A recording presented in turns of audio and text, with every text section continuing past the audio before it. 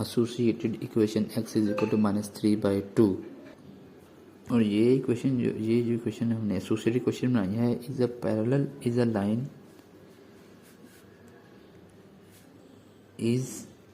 Line parallel to y axis. So अब ये y axis, क्योंकि x की वैल्यू जस्ट गिवन है, y की वैल्यू नहीं है, तो सिर्फ और सिर्फ x के ऊपर लाइन लगेगी y के पैरेलल। x की लाइन होगी, y की लाइन नहीं होगी। अब इसका टेस्ट पॉइंट करते हैं। अगर हमारे पास दो वेरिएबल, हमें दोनों की वैल्यू फाइंड करनी थी, यहाँ पर जस्ट एक वैल्यू है और उसका आंसर हमारे पास एसोसिएटेड इक्वेशन बना के x इज इक्वल टू -3/2 आया है। अब y एक्सिस तो हमारे पास है, सो y ख़त्म है, 0 है। तो अब इसके बाद टेस्ट करते हैं। टेस्ट पॉइंट के अंदर क्या होता है, x तो जस्ट x है तो x की वैल्यू रखेंगे x इक्वल 0। तो क्या हो जाएगा, 0 ग्रेटर देन -3/2। तो क्या ये बात सही है, 0 बड़ा होता है -3/2 से? तो बिल्कुल सही है, क्योंकि माइनस वाला साइन जब भी होगा तो वो 0 से छोटे नंबर की तरफ जा रहा होता है। 0 से जो बड़े नंबर होते हैं वो प्लस वाले साइन होते हैं। तो सही ये ट्रू है, विच हम कह देंगे ये ट्रू है। और अब हम इसका ग्राफ बनाएंगे। So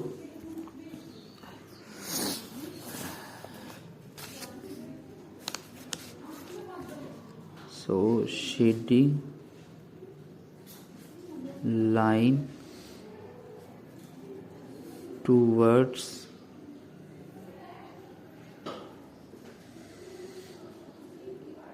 origin side.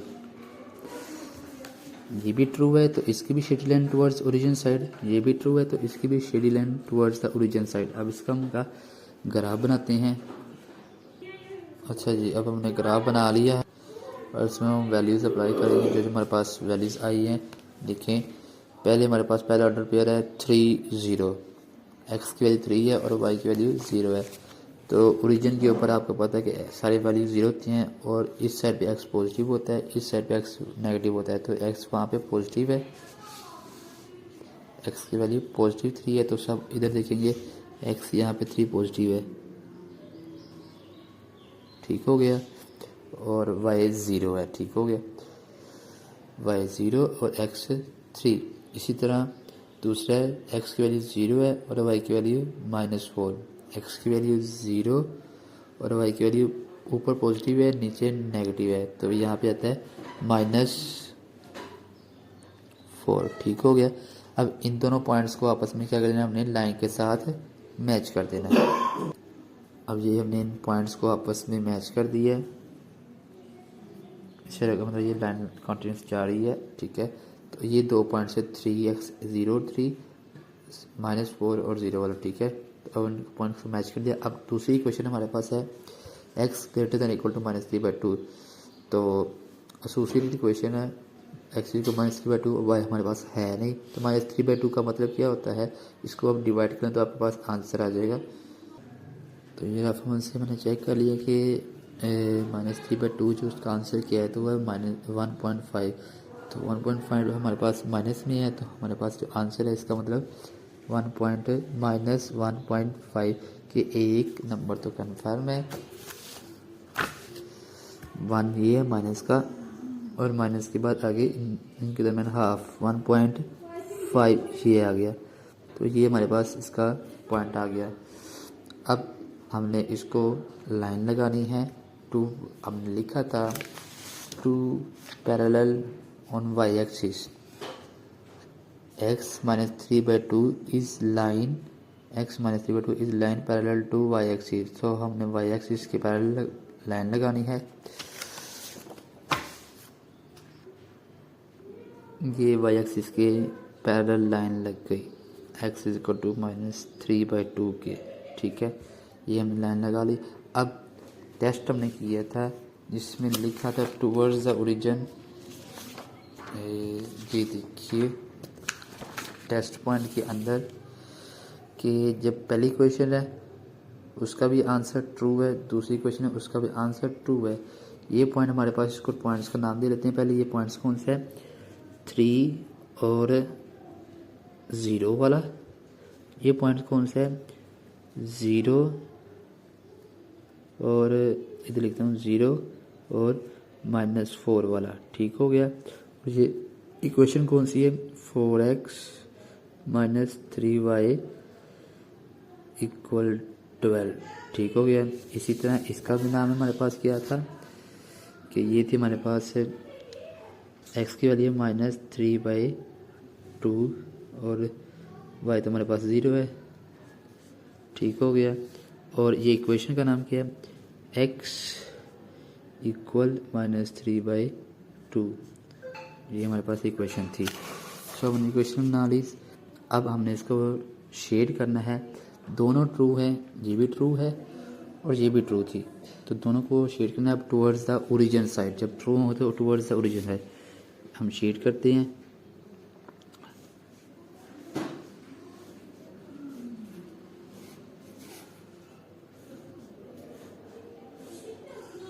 इस तरह से ये शेड हो जाएगा सारे का सारा एरिया।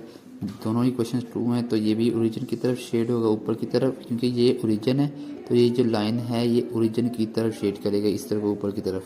ठीक है। और जो ये लाइन थी इसका भी ट्रू था आंसर हमारे पास, x = -3/2 का भी, इसी क्वेश्चन का भी आंसर ट्रू था। तो ये भी टुवर्ड्स द ओरिजिन, ये ओरिजिन है, ओरिजिन की तरफ लाइन्स लगेगी। अगर फाल्स होता तो ये लाइन इस तरफ जानी थी। ठीक है। और अगर ये फाल्स होता तो ये लाइन नीचे की तरफ आ जानी थी, लेकिन ये दोनों ट्रू हैं तो इसलिए ये ट्रू वाली लाइन ऊपर की तरफ चल गई ओरिजिन की तरफ, और ये भी लाइन ओरिजिन की तरफ। तो ये कॉमन एरिया जो इसका आ गया ये उसका इंडिकेट रीजन है। पार्ट नंबर 5 है, ये भी बिल्कुल वैसे ही है जैसे पार्ट नंबर 4 था। ये देखें यहाँ भी 2 वेरिएबल्स हैं, पहले इक्वेशन में, दूसरी इक्वेशन में 1 वेरिएबल है, और इसमें भी यही है कि 2 वेरिएबल्स हैं और दूसरी इक्वेशन में 1 वेरिएबल है। यहाँ पर जब x की वैल्यू x थी तो हमने लिखा था this is line parallel to y axis. यहाँ पर क्या होगा, ये जो होगा अब ये पैरेलल टू x एक्सिस होगा, क्योंकि y की वैल्यू है तो parallel to y x axis होगा। अब ये देख लीजिए पार्ट नंबर 5 जो है मैंने सॉल्व किया है। लिखा हुआ है 3x + 7y > 21 and y <= 4। So associated equation, सबसे पहले मैंने एसोसिएटेड इक्वेशन बनाई। एसोसिएटेड इक्वेशन बनाने के बाद मैंने फॉर x इंटरसेप्ट x की वैल्यू के लिए y की वैल्यू 0 की। तो y की वैल्यू 0 रखेंगे तो x की वैल्यू हमारे पास आएगी, ये सारा 7y 0 हो जाएगा, 3x = 21 रह जाएगा। 3 इधर मल्टीप्लाई इधर जाकर डिवाइड किया, 3 1 3 3 7 21, तो x की वैल्यू 7 आई जब y की वैल्यू 0 रखी थी, तो इसका ऑर्डर पेयर बन गया 7 और 0। इसी तरह से फॉर y, अब फॉर y इंटरसेप्ट y की वैल्यू करिए, फॉर y इंटरसेप्ट x की वैल्यू 0 रखेंगे। पहले y 0 रखा है, अब x 0 रख रहे हैं। ठीक है। तो 3 × 0, इसी क्वेश्चन के अंदर x की जगह पे 0 आ जाएगा और y की वैसे रहेगा 3 × 0 + 7y = 21। 3 को 0 से मल्टीप्लाई किया तो 0 आ गया, 7y = 21। 7 इधर मल्टीप्लाई इधर जाके डिवाइड हो गया, 7 1 = 7, 7 3 = 21, y की वैल्यू आ गई 3। कब? जब x की वैल्यू रखी थी 0 तो y की वैल्यू आई हमारे पास 3, तो इसलिए इसका ऑर्डर पेयर बन गया सेकंड ऑर्डर पेयर।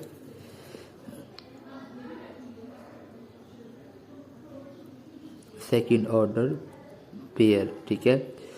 0 3 0 और 3 ठीक हो गया। तो इसका टेस्ट पॉइंट चेक करेंगे, अब टेस्ट करते हैं दोनों। जब टेस्ट करते हैं तो x भी 0 तो y भी 0, 0 0 किया तो 3 × 0 0, 7 × 0 0, 21, तो x 0 > 21, तो ये 0 बड़ा होता है 21 से, ये फॉल्स है। तो सो इसलिए इसको so shading line opposite towards the origin side, कि जो कि शेडिंग लाइन है अपोजिट होगी टू ओरिजिन साइड से।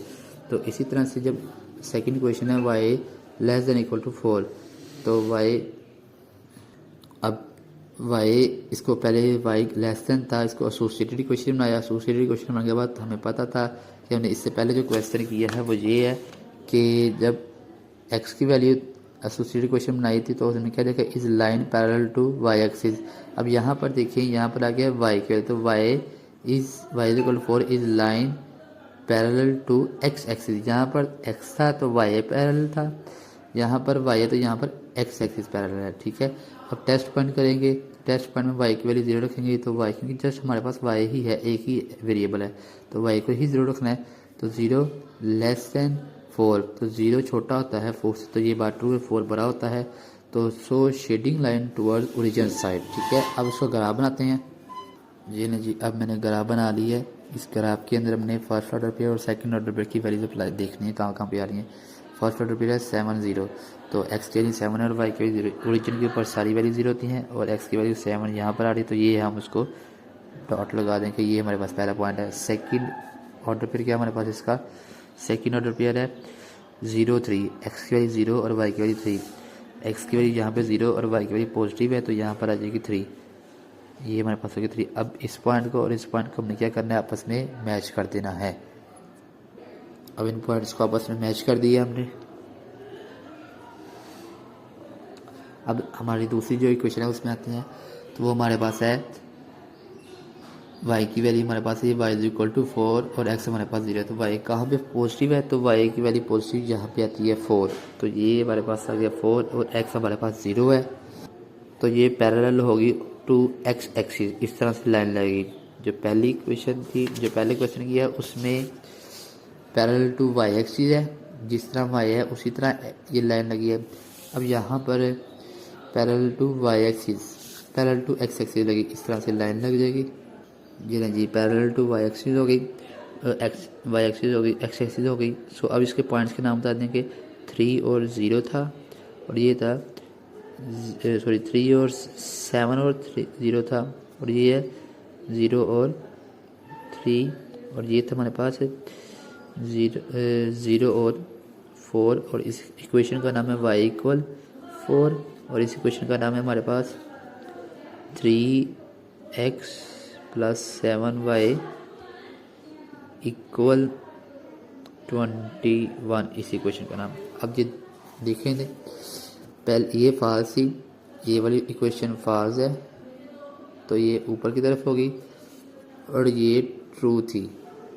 सो शेडिंग लाइन टुवर्ड्स ओरिजिन, ये जो थी ये ओरिजिन की तरफ शेड होगा, तो इसको शेड करते हैं। जो हमारे पास इक्वेशन, ये वाली जो इक्वेशन फाल्स है, इसको हमने टू फॉरवर्ड अपोजिट साइड पे, ओरिजिन ये इधर है, इस ओरिजिन से अपोजिट साइड पे शेड कर दिया, और ये हमारे पास ट्रू है, ये ओरिजिन की तरफ शेड होगी, तो हम इसको शेड करके बताता हूँ मैं इस तरह से कि ये ऑलरेडी लाइन इस तरह से, तो हम इसको कुछ और एंगल्स कर लेते हैं, ये इस तरह से लाइन लगा देते हैं,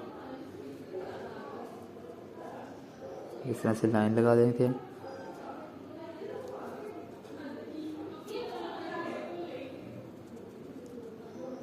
तो इस तरह से एरिया शेड हो गया, और ये हमारा कॉमन रीजन है, इंडिकेट रीजन। तो नेक्स्ट पार्ट है पार्ट नंबर 6, वो आपने ख़ुद करना है। थैंक यू, अस्सलाम वालेकुम, अल्लाह हाफिज़, और इसको काइंडली शेयर और लाइक सब्सक्राइब करना ना भूलिएगा। अस्सलाम।